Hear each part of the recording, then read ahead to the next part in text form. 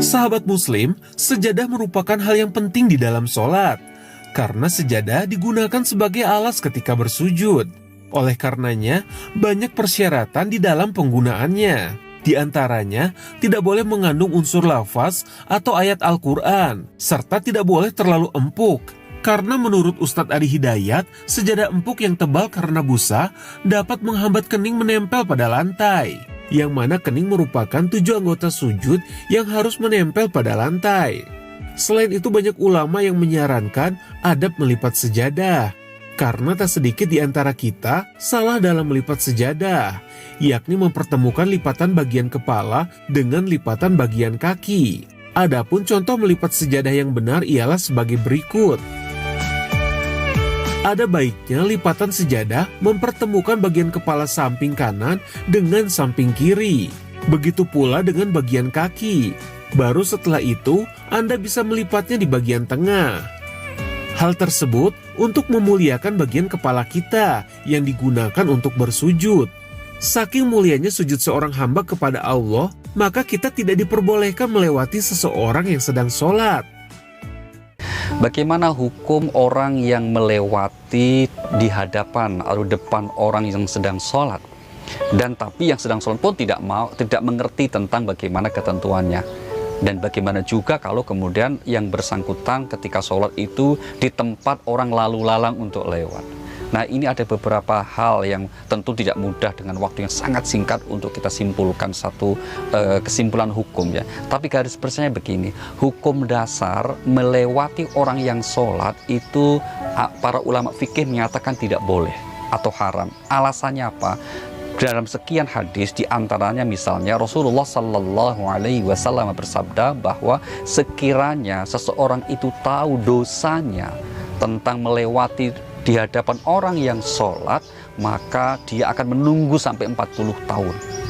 Nah, ini untuk menunjukkan betapa besar dosanya orang yang melewati hadapan orang sholat.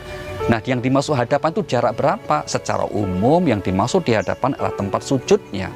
Sehingga kemudian kita juga disunnahkan atau dianjurkan untuk memasang sutroh atau pembatas di antara tempat sujud kita.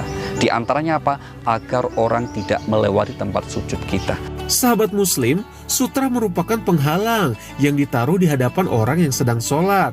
Sedangkan dalam terminologi ilmu fikih, sutra artinya segala sesuatu yang berdiri di depan orang yang sedang sholat, dapat berupa tongkat atau tanah yang disusun. Namun sutra tidak berlaku dalam bentuk garis.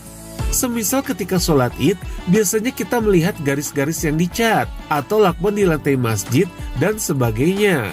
Hal tersebut tidak dapat disebut sutra karena sejajar dengan tanah. Selain itu, benda-benda yang tidak diperbolehkan menjadi sutra ialah benda-benda yang menyerupai berhala, semisal batu besar, kayu ukiran, dan sebagainya. Adapun tinggi sutra yang disunahkan adalah 2/3 hasta atau sekitar 30 cm.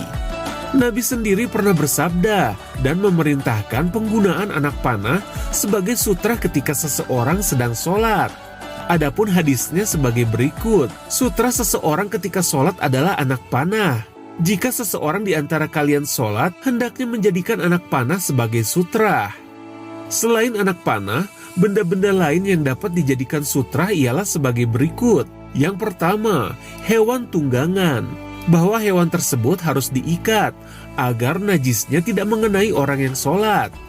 Yang kedua adalah tiang. Kondisi tiang di dalam hal ini bukanlah tiang listrik ya sahabat Muslim, melainkan pilar atau penyangga di dalam tempat ibadah.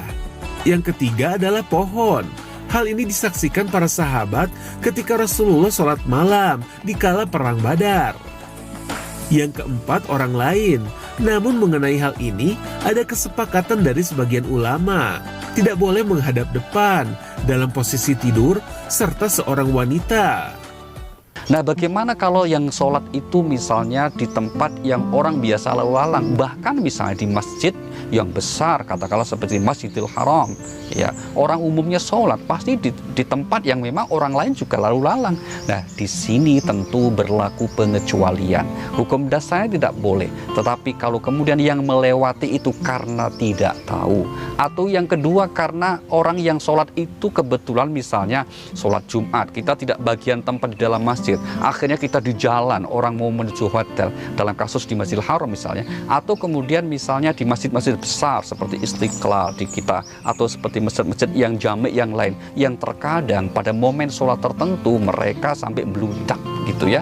Maka di sini kembali kepada prinsip dasar innamal a'malu binniyat.